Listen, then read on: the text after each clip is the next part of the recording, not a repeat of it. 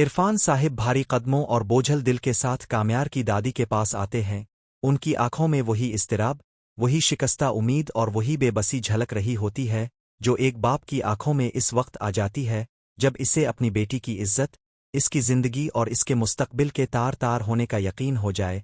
वो सलाम के रस्मी अल्फाज अदा करते हैं मगर आवाज में कपकपाहट छपी नहीं रहती। फिर एक गहरा सांस लेकर वो सारी बात खोल कर रख देते हैं कि किस तरह काम्यार ने इसकी बेटी के जज्बात से खेला, वादों के जाल में फंसाया, मोहब्बत का झूठा सहारा देकर इसकी जिंदगी को अंधेरों में धकेल दिया। वो बताते हैं कि कैसे इसकी बेटी दिन बदन खामोश होती गई, इसकी हंसी छन गई, इसकी आंखों से ख्वाब गायब हो गए और वो अंदर ही अंदर टूटती चली गई। इरफान साहिब की आवाज़ कभी बुलंद होती है और कभी भर आती है जब वो ये इंकिशाफ करते हैं कि अब मामला सिर्फ बेवफाई बदनामी तक महदूद नहीं रहा बल्कि बात एक मासूम जान तक जा पहुंची है। वो बताते हैं कि इसकी बेटी उम्मीद से है और ये खबर सुनकर काम्यार के रवैये में मजीद सफ़ाकी आ गई है।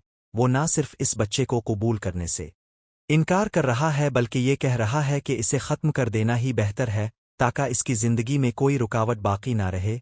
इरफान साहिब ये कहते हुए कांप जाते हैं कि एक बाप के लिए इससे बड़ा ज़ख्म क्या हो सकता है कि इसे अपनी ही औलाद के लिए मौत की बातें सुननी पड़ी।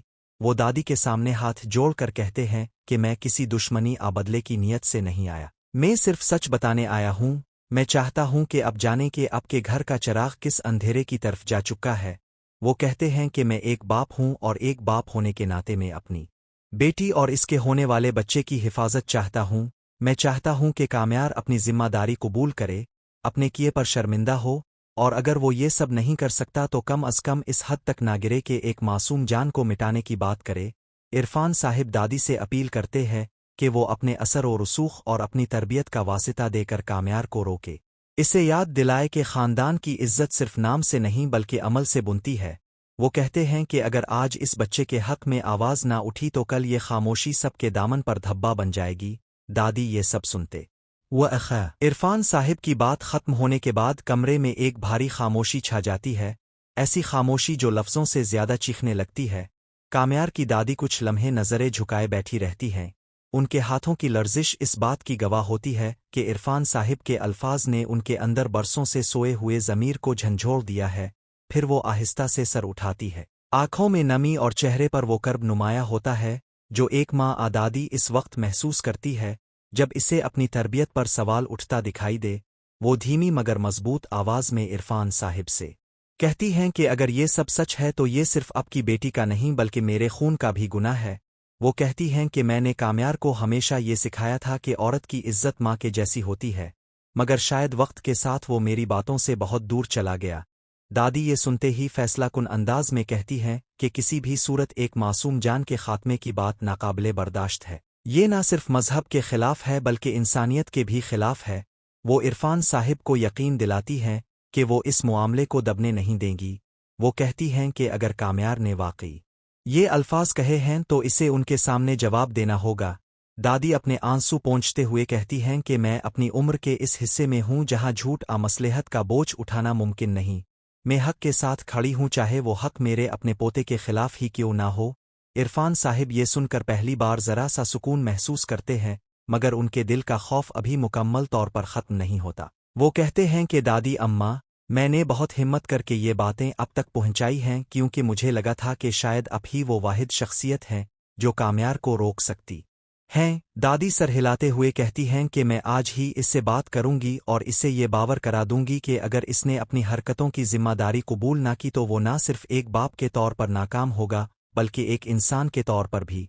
वो कहती हैं कि मैं अपनी ज़िंदगी का आखिरी सबक इसे यही देना चाहती हूँ कि ताकत का मतलब जुल्म नहीं और खामोशी का मतलब रजामंदी नहीं होता। कमरे की फ़िज़ा अब भी बोझल होती है मगर इस बोझ में अब एक अज़्म शामिल हो चुका होता है। इरफान साहिब उठते हुए कहते हैं कि मुझे किसी वादे की नहीं, सिर्फ अमल की ज़रूरत है। क्योंकि इसी रात दादी अम्मा ने दिल पर पत्थर रख कर काम्यार को अपने कमरे में बुलाया। वो कमरा जहाँ कभी इसकी पेशानी पर हाथ रखकर इसे दुआएं दी जाती थीं, आज वही कमरा एहतिसाब की अदालत बना हुआ था। दादी की आंखों में वो शफ़क़त कम और सवाल ज़्यादा थे जिनसे बचना मुमकिन नहीं होता। काम्यार ने हस्बुन आदत लापरवाही और झुंझलाहट के साथ सलाम किया मगर दादी ने इसे बैठने का इशारा करते हुए किसी तमहीद के बगैर सीधा सवाल दाग दिया कि क्या ये सच है जो इरफान साहिब ने मुझसे कहा है, क्या तुमने एक लड़की की जिंदगी बर्बाद करके अब इसके होने वाले बच्चे को भी खत्म करने की बात की है? ये अल्फाज काम्यार के लिए गैर मुतवक्के थे। इसने पहले तो इनकार की कोशिश की, बात को तोड़ मरोड़ कर पेश करना चाहा, कभी जज्बात में कह देने का उज़र पेश किया, कभी हालात का इल्ज़ाम दिया, मगर दादी अम्मा की नज़रें इसके चेहरे में ऐसी पैवस्त थीं कि झूठ के सहारे एक एक करके खह जाते गए। दादी ने सख्त लहजे में कहा कि याद रखो, मैं तुम्हारी दादी हूँ, तुम्हारी हर सांस की गवाह, मेरे सामने सच के सवा कुछ नहीं चलेगा। काम्यार के चेहरे पर पहली बार घबराहट उभरी, वो बोल पड़ा कि अब नहीं जानती ये बच्चा मेरी जिंदगी को किस मुश्किल में डाल देगा, मेरा मुस्तकबिल, मेरा नाम, सब कुछ बर्बाद हो जाएगा। दादी ने इसकी बात काटते हुए कहा कि मुस्तकबिल वो बर्बाद करता है जो अपनी जिम्मेदारी से भागता है, नाम वही मिटता है जो जुल्म के साथ जड़ा हो। उन्होंने लरसती मगर पुरज़्म आवाज में कहा कि अगर तुम्हें अपनी ज़ात, अपना सुकून और अपनी आसाइशें एक मासूम जान से ज्यादा अजीज हैं, तो फिर तुमने इंसान होने का हक खो दिया है। काम्यार ने गुस्से में आकर कहा कि वो इस बच्चे को कबूल नहीं करेगा, वो किसी कीमत पर इस बोझ को नहीं उठाएगा। दादी अम्मा ये सुनकर खड़ी हो गईं, उनकी कमजोर टांगों में जैसे एक नया हौसला आ गया हो। उन्होंने कहा कि आज मैं तुम्हें आखिरी बार समझा रही हूँ, ये बच्चा बोझ नहीं, तुम्हारे गुनाहों की आजमाइश है। अगर तुमने इसे नुकसान पहुंचाने की कोशिश की तो सबसे पहले मैं तुम्हारे सामने खड़ी होंगी। तुम्हारी दौलत, तुम्हारा रुतबा, तुम्हारा गुरूर, सब मेरे सामने बेमानी है। कमरे की फिजा में तलखी फैल गई।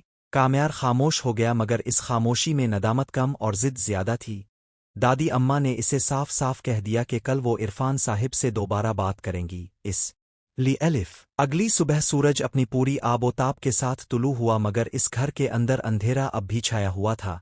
दादी अम्मा फजर के बाद देर तक जाए नमाज पर बैठी रहे, दुआओं में वही एक बात बार बार दोहराती रहें कि आ अल्लाह, सच को ताकत दे और जुल्म को हिम्मत ना दे। फिर उन्होंने वो कदम उठाने का फैसला किया जो एक दादी के लिए सबसे ज्यादा तकलीफ दे, मगर एक इंसान के लिए सबसे ज्यादा जरूरी था। उन्होंने इरफान साहिब को पैगाम भिजवाया और उन्हें दोबारा आने को कहा। इरफान साहिब जब आए तो दादी अम्मा का लहजा पहले से ज्यादा मजबूत था।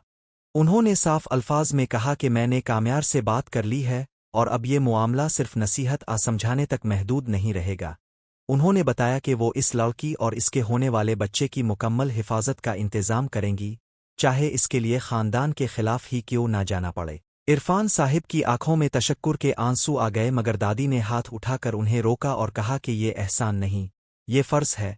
अगर हम आज एक मासूम जान के हक में खड़े न हुए तो कल हमारे हाथ भी इस गुनाह में रंगे होंगे। इसी दौरान काम्यार भी वहां आ जाता है। इसके चेहरे पर वही सर्द मेहरी और आंखों में वही खुद गर्जी होती है। दादी अम्मा इसकी तरफ देखकर कहती हैं कि मैंने अपना फैसला सुना दिया है, अब तो तुम अपनी जिम्मेदारी कबूल करो और एक बाप बनने का सबूत दो। फिर याद रखो कि मैं इस जुल्म के साथ नहीं खड़ी होंगी, चाहे इसका मतलब ये हो कि मेरा पोता मेरे सामने मुजरिम बनकर खड़ा हो। काम्यार गुस्से में कुछ कहना चाहता है, मगर इरफान साहिब की नज़रें और दादी अम्मा का अज़्म इसकी आवाज़ दबा देता है। वो लम्हा भर के लिए खामोश होता है और इसी खामोशी में पहली बार इसे अपने किए का वज़न महसूस होने लगता है। दादी अम्मा आगे बढ़कर कहती हैं कि अभी भी वक्त है, अभी भी तुम इस बच्चे को जिंदगी दे सकते हो और इस लड़की को तबाही से बचा सकते हो, मगर अगर तुमने जिद की राह चुनी तो याद रखो, सच की राह तुम्हारे खिलाफ होगी। इस एक जुमले के साथ जैसे कमरे की फिजा बदल जाती है। इरफान साहिब को पहली बार महसूस होता है कि शायद इंसाफ का दरवाज़ा मुकम्मल तौर पर बंद नहीं हुआ, और काम्यार को पहली बार एहसास होता है कि ताकत हमेशा जुल्म में नहीं बल्कि जिम्मेदारी कबूल करने में होती है। इस लम्हे कहानी किसी हतमी अंजाम तक नहीं थी।